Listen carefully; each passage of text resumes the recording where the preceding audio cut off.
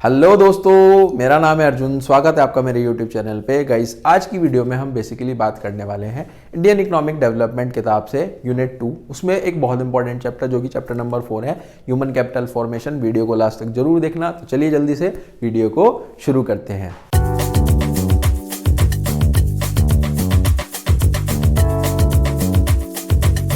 देखो, चैप्टर में बेसिकली हम पढ़ने वाले हैं कि ह्यूमन कैपिटल का मतलब क्या होता है, फिजिकल कैपिटल क्या होती है, ह्यूमन कैपिटल फॉर्मेशन क्या होता है। ह्यूमन कैपिटल और ह्यूमन कैपिटल फॉर्मेशन बेसिकली ये बहुत दोनों इंपॉर्टेंट टर्म्स हैं। क्या क्या सोर्सेज होते हैं ह्यूमन कैपिटल फॉर्मेशन के, एक टॉपिक आ जाता है एजुकेशन, उसको भी डिटेल में पढ़ेंगे। पहले हम स्टार्ट करते हैं ह्यूमन कैपिटल के मतलब से। देखो जी, ह्यूमन कैपिटल का बेसिकली मीनिंग क्या होता है, ये होता है सम टोटल। क्या होता है? सम टोटल होता है जितनी हमारे पास स्किल है, एक्सपर्टीज है, किन लोगों की, जो हमारे पास इंजीनियर्स हैं, डॉक्टर्स हैं, प्रोफेसर्स हैं, वर्कर्स हैं, वो सब लोग जो एंगेज्ड हैं या फिर उनके अंदर कैपेसिटी है, एक्सपर्टीज है एंगेज होने की, किसमें? प्रोसेस ऑफ प्रोडक्शन में। यही हमारे पास क्या कहलाता है? ह्यूमन कैपिटल कहलाता है कि प्रोडक्शन के प्रोसेस में जितने भी हमारे पास इंजीनियर हैं, डॉक्टर हैं, वर्कर्स हैं, इन सब के एंगेज्ड हैं या फिर उनके अंदर कैपेसिटी है या फिर एक्सपर्टीज है एंगेज होने की, उनका सम टोटल ही हमारे पास क्या कहलाता है? ह्यूमन कैपिटल कहलाता है। इसके बाद आ जाता है फिजिकल कैपिटल। फिजिकल कैपिटल का मतलब क्या होता है? इसमें वो सब इनपुट्स आ जाते हैं जो कि हमारे पास फर्दर प्रोडक्शन में रिक्वायर्ड होते हैं, जैसे कि हमारे पास plant and machinery, factory, building, raw material, ये सब किसके अंदर आ जाता है? फिजिकल कैपिटल के अंदर जाता है। मेनली आ जाता है इसमें हमारे पास इनपुट्स। इसका डिफरेंस है हमारे पास यहाँ पर गिवन है कि फिजिकल कैपिटल और ह्यूमन कैपिटल में क्या डिफरेंस हो सकता है। सबसे पहले तो जो फिजिकल कैपिटल होती है ये हमारे पास टेंजिबल है, क्योंकि सब इसमें हमारे पास प्लांट एंड मशीनरी, बिल्डिंग, ये सब चीजें आ रही है। और ह्यूमन कैपिटल क्या है? सम टोटल है स्किल्स का। स्किल्स तो हम देख नहीं सकते, तो ये इनटेंजिबल है and can not be sold in the market. आप स्किल्स को बेच नहीं सकते हो। नेक्स्ट पॉइंट आ जाता है सर डेप्रिसिएशन। डेप्रिसिएशन का मतलब क्या है कि जो भी हमारे पास फिजिकल कैपिटल है, फिजिकल कैपिटल का मतलब प्लांट एंड मशीनरी, इन सब पे क्या डेप्रिसिएशन लगता है समय के साथ साथ, पैसेज ऑफ टाइम और एक्सपेक्टेड ऑब्सोलेंस के अकॉर्डिंग। बिल्कुल सर, डेप्रिसिएशन लग जाता है। और यहाँ पर डेप्रिसिएशन आप कह सकते हो, कैसे कह सकते हो कि एज के अकॉर्डिंग लगता है कि कोई भी इंसान अब उतना काम नहीं कर सकता है। वो अपनी एक यंग एज में है तो ज्यादा काम कर सकता है, लेकिन अगर वो एज के साथ साथ धीरे धीरे आगे चल रहा है, काम नहीं कर सकता, धीरे धीरे उसका आउटपुट है वो भी कम हो जाएगा। It cannot be reduced. ये रिड्यूस कैसे नहीं हो सकता? By continuous investment in education and health. अगर आप कॉन्टिन्यूस इन्वेस्टमेंट कर रहे हो एजुकेशन में, हेल्थ में, तब ये रिड्यूस नहीं हो सकता है। फिर आता है सेपरेबिलिटी फ्रॉम द ओनर। जो हमारे पास फिजिकल कैपिटल है, प्लांट एंड मशीनरी है, उसको हम सेपरेट कर सकते हैं अपने ओनर से, बिल्कुल कर सकते हैं, लेकिन जो स्किल्स हैं वो इंसान से नहीं आप सेपरेट कर सकते। ठीक है जी, यही इसके अंदर लिखा हुआ है। फिर आ जाता है ह्यूमन कैपिटल फॉर्मेशन। देखो जी, ह्यूमन कैपिटल फॉर्मेशन क्या होता है? देखो, बेसिकली जो ह्यूमन कैपिटल फॉर्मेशन है ये एक ऐसा प्रोसेस है जिसमें हम एक्वायरिंग करेंगे और इंक्रीजिंग करेंगे। किसको? नंबर ऑफ पर्संस को, जिनके पास स्किल्स है, जिनके पास हमारे पास एजुकेशन है, जिनके पास एक्सपीरियंस है। यही लिखा हुआ है, एक ऐसा प्रोसेस जिसमें एक्वायरिंग होगी, इंक्रीजिंग होगी नंबर ऑफ पर्संस की, हु हैव, क्या है उनके पास? स्किल्स, एजुकेशन और एक्सपीरियंस। ये तो हो गया इसका फर्स्ट हाफ। नेक्स्ट हाफ में लिखा है कि किस चीज से एसोसिएटेड है? ये एसोसिएटेड है investment in man and development. जब हम मैन और उसके डेवलपमेंट में हम क्या करेंगे? इन्वेस्टमेंट करेंगे। क्यों? ताकि वो क्रिएटिव और प्रोडक्टिव हो सके। ठीक है जी, इस पे चलते हैं। नेक्स्ट क्या है हमारे पास? कुछ सोर्सेज है कि कैसे हम मैन और उसका डेवलपमेंट कर सकते हैं। अगर हम उसकी एजुकेशन पे खर्चा करेंगे, अगर हम उसकी हेल्थ पे खर्चा करेंगे, अगर हम ऑन द जॉब यानी कि जॉब पे रखने के साथ साथ उसको ट्रेनिंग देंगे। उसके बाद आ जाता है study programme for adults, migration आ जाता है, एक्सपेंडिचर और इन्फॉर्मेशन आ जाता है। तो 6 हमारे पास सोर्सेज होते हैं ह्यूमन कैपिटल फॉर्मेशन के। इनको भी डीप में पढ़ते हैं। सबसे पहला है एजुकेशन पे आपको खर्चा करना है। एजुकेशन पे खर्चा करना है। देखो इसमें क्या लिखा हुआ है। देखो बेसिकली आ जाता है कि अगर आपको किसी भी कंट्री का जो वर्कफोर्स है उसको प्रोडक्टिव बनाना है, तो उसमें सबसे बेस्ट तरीका होता है कि उसके एजुकेशन पे आप एक्सपेंडिचर करो। क्योंकि जो एक एजुकेटेड इंसान होगा उसका जो माइंडसेट होगा वो अलग होगा, जो थॉट प्रोसेस होगा वो अलग होगा, साउंड जजमेंट होगी, ये सब चीजें इसके अंदर आ जाती हैं। लिखा हुआ है अगर आप एक्सपेंडिचर करते हो एजुकेशन पे तो सबसे इफेक्टिव तरीका है किसी भी कंट्री की वर्कफोर्स को प्रोडक्टिव बनाने का, और एजुकेशन से एक इंडिविजुअल का गुड लिविंग हो जाता है। नेक्स्ट आता है हेल्थ। हेल्थ का मतलब क्या होता है सर?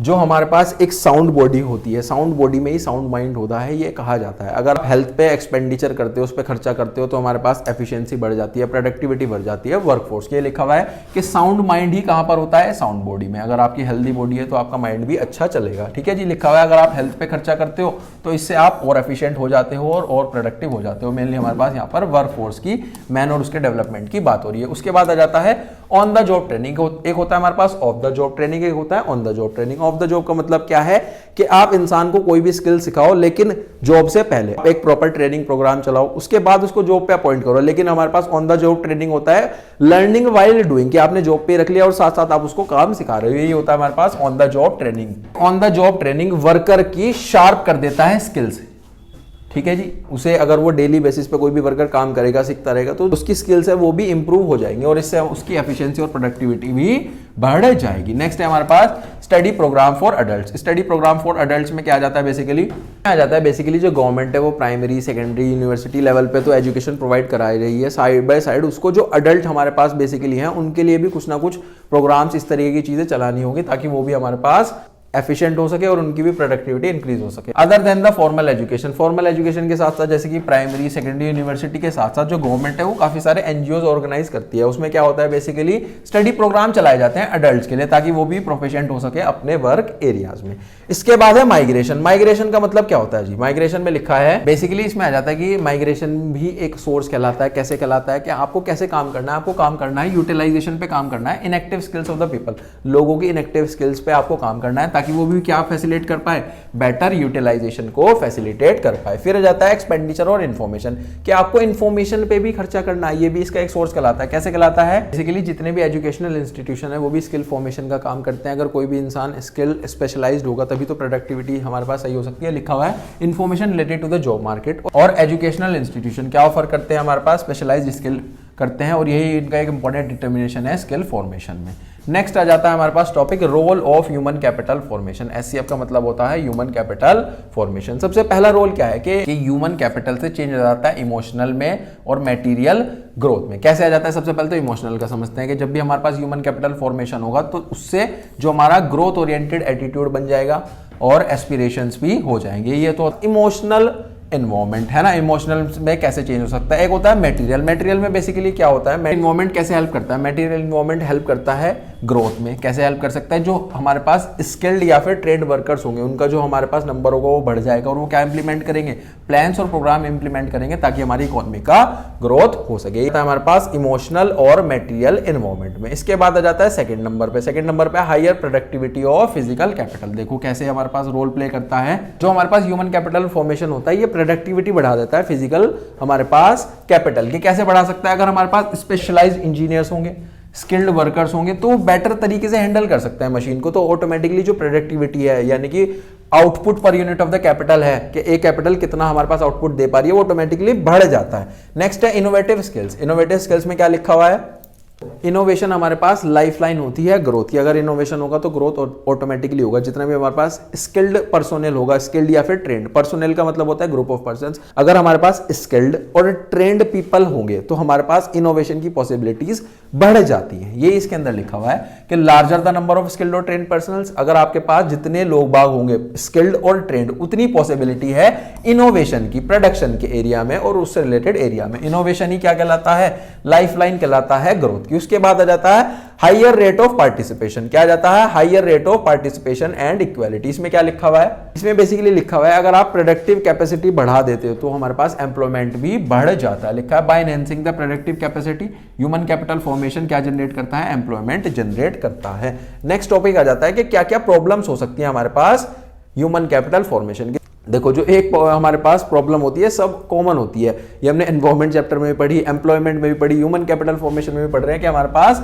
पॉपुलेशन ज्यादा है तो इसीलिए हमारे पास ह्यूमन कैपिटल फॉर्मेशन की सबसे बड़ी प्रॉब्लम है। कि कैसे है? देखो जैसे जैसे हमारे पास पॉपुलेशन बढ़ती है तो पर head availability of the facilities की, जितनी भी हम फैसिलिटी प्रोवाइड कराती है पर हेड अवेलेबिलिटी की यानी कि पर पर्सन भी वो कम हो जाती है उतनी। लिखा हुआ है जैसे जैसे हमारे पास पॉपुलेशन बढ़ेगी तो पर head availability of the facility, जो भी हमारे पास फैसिलिटी मिल रही है जैसे कि हाउसिंग की facility, sanitation, drainage, water system, hospital, education, इतनी सारी फैसिलिटी तो दे रही है गवर्नमेंट, लेकिन हमारे पास ये पर हेड अवेलेबिलिटी कम हो जाती है। जितनी जितनी जनसंख्या बढ़ती रहेगी उतने कम लोगों को मिलेगा। इसके बाद लिखा हुआ है ब्रेन ड्रेन। ब्रेन ड्रेन में बहुत सिंपल है, ब्रेन ड्रेन को समझते हैं। देखो क्या है, में आ जाता है माइग्रेशन होना। माइग्रेशन का मतलब है एक जगह से दूसरी जगह पे चले जाना, यानी कि अगर हमारे इंडिया में जो लोग यहीं पर उनका बर्थ हुआ, यहीं पे वो बोर्न हुए, यहीं पे वो पढ़े, यहीं पे उन्होंने एजुकेशन ली, यहीं पे उन्होंने ट्रेनिंग ली, लेकिन अब वो शिफ्ट हो गए हैं डेवलप्ड कंट्रीज में, वहां पर जाकर काम कर रहे हैं। आप देखोगे आज के टाइम पे जितने भी हमारे पास बड़ी बड़ी एमएनसीज है वो सब कौन रन कर रहे हैं, इंडियंस ही तो रन कर रहे हैं। जिनके सीईओ हैं, जितने भी उनके हमारे पास टॉप लेवल वाले इंसान हैं, वो सब इंडियंस ही हैं। अगर वो सब लोग इंडिया में ही रहते, यहीं पे अपना कुछ काम करते, यहीं पे कुछ एज अपनी एक एंटरप्राइज बनाते या फिर एंटरप्रेन्योर बन जाते, तो यहाँ पर कितना डेवलपमेंट हो सकता था, कितना हमारे पास अनएम्प्लॉयमेंट कम हो जाता, कितना हमारे पास यहाँ के लोगों का डेवलपमेंट हो जाता। तो यही चीज इसके अंदर लिखी हुई है कि माइग्रेशन ऑफ पर्सन्स हमारे पास हो जाता है कि वो यहाँ पर पैदा हुए, यहाँ पर पढ़े, यहाँ पर ट्रेन हुए इंडिया के अंदर, लेकिन कहाँ पर चले गए, डेवलप कंट्रीज में चले गए। एक बहुत ज्यादा हमारे पास सीरियस प्रॉब्लम है ह्यूमन कैपिटल फॉर्मेशन में कंट्री के अंदर। इसके बाद आ जाता है डेफिशिएंट मैन पावर प्लानिंग। इसके अंदर क्या है, इसके अंदर लिखा हुआ है, इसके अंदर आ जाता है बेसिकली कि इंडिया एक बहुत ज्यादा मेजर प्रॉब्लम फेस कर रही है पढ़े लिखे बेरोजगार, मतलब कि एजुकेट भी हो चुके हैं वो लोग, ग्रेजुएट भी हो चुके हैं, क्योंकि हमारे पास इंडिया का जो सिस्टम है वो क्या है, वो हमारे पास डिग्री ओरिएंटेड है, स्किल ओरिएंटेड नहीं है। उनको डिग्री तो मिल गई लेकिन उनके पास स्किल ही नहीं है, और जो जॉब लग रही है वो स्किल के बेसिस पे लग रही है। तो ये इसके अंदर लिखा हुआ है कि इंडिया बहुत बड़ा प्रॉब्लम फेस कर रहा है, किस चीज से रिलेटेड, ग्रेजुएट अनएम्प्लॉयमेंट से रिलेटेड फेस कर रहा है। और ये बहुत ज्यादा सैड रिफ्लेक्शन है किसका, ह्यूमन पावर और ह्यूमन स्किल्स का। ठीक है जी। इसके बाद आ जाता है नेक्स्ट पॉइंट, आ जाता है हमारे पास 4th नंबर पे, insufficient on the job training in the primary sector. इसमें क्या आ जाता है कि हमारे पास जो प्राइमरी सेक्टर है, प्राइमरी सेक्टर यानी कि एग्रीकल्चर सेक्टर, उसमें ही सबसे ज्यादा लोग बाग एंगेज्ड हैं, और वही हमारे पास इंडियन इकोनॉमी का इस टाइम पे बैकबोन है। लेकिन वहां पर इस चीज की काफी ज्यादा कमी है कि लोगों के पास स्किल नहीं है, उनको प्रॉपर्ली नॉलेज नहीं है कि कैसे हमारे पास हमें फार्मिंग करनी है, किस चीज की फार्मिंग करने से हमारे पास ज्यादा प्रॉफिट्स हो सकता है ना। तो ये सब चीजों की कमी है कि प्राइमरी सेक्टर है, एग्रीकल्चर है, वही हमारे पास इंडिया में, और वही बैकबोन है हमारी इंडियन इकोनॉमी का।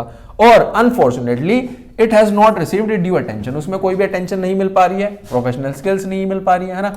नेक्स्ट लिखा हुआ है लो एकेडमिक स्टैंडर्ड। लो एकेडमिक स्टैंडर्ड का मतलब क्या है, इसमें आ जाता है हमारे पास बहुत ज्यादा हाफ बेक ग्रेजुएट्स और पोस्ट ग्रेजुएट्स हैं जिनके पास स्किल नहीं है। अगर उनके पास स्किल नहीं है तो उनकी एफिशिएंसी और प्रोडक्टिविटी भी कम होगी, है ना। तो इसके अंदर लिखा है कि हमारे पास बहुत सारे लोग बाग हैं, हाफ बेक ग्रेजुएट्स और पोस्ट ग्रेजुएट्स, है ना, जो कि उनके पास क्या नहीं है, स्किल नहीं है, और उनसे क्या होता है ना, तो उनके पास फिर एफिशिएंसी होगी और प्रोडक्टिविटी को भी कमी होगा। फिर हमारे पास नेक्स्ट टॉपिक आ जाता है एजुकेशन। ठीक है जी। एजुकेशन का मतलब क्या होता है, देखो समझो, एजुकेशन एक ऐसा प्रोसेस है जिसमें टीचिंग होती है, लर्निंग होती है, ट्रेनिंग होती है, स्पेशली कहां पर, स्कूल्स और कॉलेजेस में। और एजुकेशन क्या हमारे पास इंप्रूव करता है, एक तो नॉलेज इंप्रूव करता है और स्किल्स को डेवलप करता है। लिखा हुआ है कि एजुकेशन एक ऐसा प्रोसेस है जिसमें आप सीखोगे और लर्न करोगे, क्या स्कूल्स और कॉलेजेस में करते हो, और ये हमारे पास नॉलेज बढ़ाता है और डेवलप करता है हमारी स्किल्स को एजुकेशन से। ठीक है जी। इसके बाद आ जाता है importance and objectives of education, के हमारे पास क्यों जरूरी है एजुकेशन। सबसे पहला पॉइंट लिखा हुआ है एजुकेशन आपको एक रिस्पॉन्सिबल यानी कि जिम्मेदार नागरिक बना देता है। दूसरा पॉइंट लिखा हुआ है आपको साइंस और टेक्नोलॉजी का भी पता लग पाएगा, इससे आप और डेवलपमेंट भी कर सकते हो अपने देश का। एक्सपेंड द मेंटल होरिजन, ये आपका जो मेंटल होरिजन है उसको भी एक्सपेंड कर देता है। नेक्स्ट लिखा हुआ है कि इससे आपका इकोनॉमिक डेवलपमेंट भी कैसे हो सकता है कि लोग बाग अगर एजुकेटेड होंगे तो ज्यादा पार्टिसिपेशन दिखा पाएंगे ग्रोथ में और डेवलपमेंट के प्रोसेस में। ठीक है जी। ये हो गया पॉइंट नंबर 4। इसके बाद नेक्स्ट आ जाता है कि cultural standard of the citizen को भी प्रमोट करता है एजुकेशन। ठीक है जी। ये डेवलप करता है ह्यूमन पर्सनैलिटी। ओवरऑल आपका देखा जाए तो पूरी तरीके से डेवलपमेंट ही होता है, आपकी स्किल्स बढ़ जाती हैं, आपका जो है मेंटल होरिजन सही हो जाता है, आप ग्रोथ और डेवलपमेंट के प्रोसेस में कंट्रीब्यूट कर सकते हो, आप एक साइंस और टेक्नोलॉजी का आपको ज्ञान मिल जाएगा, आपकी ओवरऑल ह्यूमन पर्सनैलिटी अच्छी हो जाएगी। ये सब आ जाता है एजुकेशन की इंपॉर्टेंस के अंदर। नेक्स्ट लिखा हुआ है growth of the education sector in India. इसमें सबसे पहला क्या लिखा हुआ है, expansion of general education. Expansion of general education में क्या आ जाता है कि जो हमारे पास जनरल एजुकेशन है उसमें काफी ज्यादा एक्सपेंशन देखने के लिए मिला है ड्यूरिंग द प्लानिंग। प्लानिंग का मतलब क्या है कि 1951 से हमारे पास 5 ईयर प्लान शुरू हुआ था, तब के पीरियड से लेकर के अब तक हमारे पास रफली 5 टाइम्स एजुकेशनल इंस्टीट्यूशन बढ़े हैं और 10 फोल्ड क्या बढ़े हैं, स्टूडेंट्स बढ़े हैं। ये इसके अंदर लिखा हुआ है, आप पढ़ भी सकते हो। During the plans number of education institution है हमारे पास जो कि एलिमेंट्री एजुकेशन प्रोवाइड कराते हैं वो इंक्रीज हुए हैं 5 टाइम्स, और जितने भी हमारे पास नंबर ऑफ स्टूडेंट्स है वो इंक्रीज हुए हमारे पास 10 फोल्ड के अकॉर्डिंग। ठीक है जी। इसके बाद आ जाता है एलिमेंट्री एजुकेशन। एलिमेंट्री एक एजुकेशन एक ऐसा हमारे पास एजुकेशन है जो कवर करता है, एक एज ग्रुप को टारगेट करा जाता है, उसको कवर करा जाता है। वो एज ग्रुप है 6 से लेके 14, और जो उनकी क्लास होगी वो होगी क्लास 1 से लेके 8, यानी कि प्राइमरी और मिडिल के अकॉर्डिंग होता है। यहाँ पर जो नंबर ऑफ प्राइमरी और मिडिल स्कूल्स हैं वो भी इंक्रीज हुए हैं। नेक्स्ट आ जाता है सेकेंडरी और सीनियर सेकेंडरी एजुकेशन। इसमें लिखा हुआ है कि 1987 और 88 में नवोदय विद्यालय बनाए गए थे। बेसिकली ये बनाए जाते हैं रूरल एरियाज में जितने भी टैलेंटेड बच्चे हैं, अगर हम उनको एजुकेशन प्रोवाइड करा पाएँ तो वो भी उस रूरल एरिया से निकल करके एक अच्छी अपनी लाइफ बना सकते हैं ना। तो ये नवोदय विद्यालय बनाए गए, स्टैब्लिश करे गए। क्यों स्टैब्लिश करे गए? ताकि जो रूरल एरियाज में टैलेंटेड स्टूडेंट्स हैं उनको भी एजुकेशन मिल पाए। अगला लिखा है हायर एजुकेशन। हायर एजुकेशन का मतलब क्या है, इसमें भी पढ़ते हैं।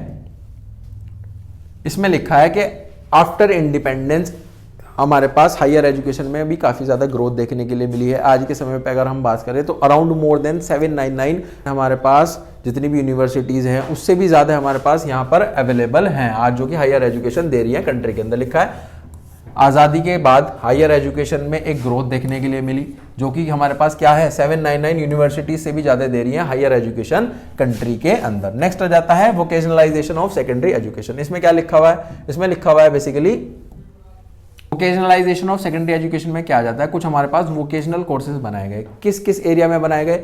एग्रीकल्चर में, ट्रेड में, कॉमर्स में, इंजीनियरिंग में, टेक्नोलॉजी में, हेल्थ में, मेडिसिन में, इतने सारे सेक्टर में हमारे पास वोकेशनल कोर्सेज बनाए गए। और नेक्स्ट पॉइंट क्या लिखा हुआ है? Rural education. रूरल एजुकेशन में बेसिकली हमारे पास एक काउंसिल बनाई गई, जहाँ पर national rural higher education council, national rural higher education council set up करी गई एजुकेशन के पर्पज से, ताकि रूरल एरियाज में भी एजुकेशन मिल पाए। ठीक है जी। लिखा हुआ है एजुकेशन क्यों अभी तक एक चैलेंज है, यानी कि इसके क्या हमारे पास ऐसे कारण हैं जिनकी वजह से एजुकेशन आज भी अच्छी नहीं है। सबसे पहले है लार्ज नंबर ऑफ इलिटरेट्स। हमारे पास जो इलिटरेट्स का मतलब होता है वो इंसान जो कम पढ़े लिखे होते हैं। हमारे इंडिया, हमारे भारत देश के अंदर आज भी 36 करोड़ से ज्यादा लोग बाग इलिटरेट है, यानी कि कम पढ़े लिखे लोग बाग है। और इतनी तो काफी सारे हमारे पास कंट्रीज की पॉपुलेशन भी नहीं होती है, इतने हमारे पास कम पढ़े लिखे लोग बाग है ना। ये इसमें लिखा हुआ है कि इंडिया के पास सबसे ज्यादा इलिटरेट्स हैं पूरे विश्व में। अराउंड 36 करोड़ लोग बाग आज भी कम पढ़े लिखे हैं, यानी कि इलिटरेट हैं। और ये हमारे पास कई कंट्री की पॉपुलेशन से ज्यादा नंबर है, ज्यादा नंबर की वैल्यू है 36 करोड़। नेक्स्ट है इनएडिक्वेट वोकेशनलाइजेशन। इसमें क्या आ जाता है हमारे पास? इसमें आ जाता है कि हमारे पास जो एजुकेशन सिस्टम है वो आज भी डिग्री ओरिएंटेड है, स्किल ओरिएंटेड नहीं है। अगर स्किल्स नहीं होंगी, स्किल्स आती है हमारे पास बेसिकली वोकेशनलाइजेशन कोर्सेज। वो ऐसे कोर्सेज होते हैं कि जिस चीज में आपका इंटरेस्ट है आप उस चीज में परफेक्ट हो सकते हो, उन सब स्किल्स को सीख सकते हो। ये भी आज हमारे पास वोकेशनलाइजेशन भी क्या है, स्टिल अ फार करा है। ये हमारे पास एक बहुत बड़ा ड्रॉबैक है। इसके बाद आता है जेंडर बायस। जेंडर बायस का मतलब क्या है कि भेदभाव होता है हमारे पास मेन और वुमेन में, है ना, मेल और फीमेल में। तो ये लिखा हुआ है हमारे पास जो अपॉर्चुनिटी है वो कम मिलती है जितने भी हमारे पास फीमेल कैंडिडेट्स हैं, और यही हमारे पास क्या है जो इसका रेशियो है वो भी हाई है। नेक्स्ट लिखा हुआ है हमारे पास एक्सेस लेवल, जो कि हमारे पास लो है, यानी कि लो रूरल एक्सेस लेवल। इसमें क्या है हमारे पास तभी रूरल हमारे पास पॉपुलेशन है, यानी कि रूरल एरिया में रहने वाले लोग बाग है, उनके पास आज भी वो सब एजुकेशन, वो सब फैसिलिटीज नहीं प्रोवाइडेड है जितनी हमारे पास अर्बन एरियाज में है, यानी कि अर्बन पॉपुलेशन में। कि हाई डिग्री ऑफ डिस्पैरिटी है हमारे पास एजुकेशन में, किन में हमारे पास, जो कि रूरल पॉपुलेशन है। अर्बन पॉपुलेशन को अच्छी एजुकेशन मिल जाती है। फिर है हमारे पास प्राइवेटाइजेशन। प्राइवेटाइजेशन का मतलब क्या है? प्राइवेट एजुकेशन में बेसिकली आ जाता है कि जो हमारे पास प्राइवेट एजुकेशन है वो काफ़ी ज़्यादा एक्सपेंसिव है, हर कोई उसको अफोर्ड नहीं कर सकता। जो रिच पीपल हैं वो तो अपने बच्चों का इजीली एडमिशन करा सकते हैं, उनको हायर एजुकेशन के लिए या फिर अच्छी एजुकेशन प्रोवाइड करा सकते हैं। लेकिन जो रूरल पीपल हैं, जो हमारे पास गरीब हैं, स्मॉल और मार्जिनल लोग बाग है, वो नहीं करा सकते, लो इनकम ग्रुप के लोग बाग। ये लिखा हुआ है कि हमारे पास ये एक ट्रेंड है प्राइवेटाइजेशन ऑफ एजुकेशन, जो कि एक्सपेंसिव काफ़ी ज़्यादा है, और यहाँ पर जो रिच है उनको मिल जाता है, पुअर को नहीं मिल पाता। नेक्स्ट लिखा हुआ है low government expenditure on education. Government ने जो कमिटमेंट करा था एजुकेशन सेक्टर में ग्रोथ का, वो करा था 6% ऑफ द GDP, लेकिन उसने कितना करा है? सिर्फ और सिर्फ 4 से 5% ही कर पाया है। यही हमारे पास जो गैप है ये क्या शो करता है? व्हाट इज एक्चुअली अचीव्ड, क्या हम अचीव कर पाए, क्या हम अचीव नहीं कर पाए। हमारे पास आज भी काफी ज्यादा कम है एजुकेशन सेक्टर में जो गवर्नमेंट का एक्सपेंडिचर है ना।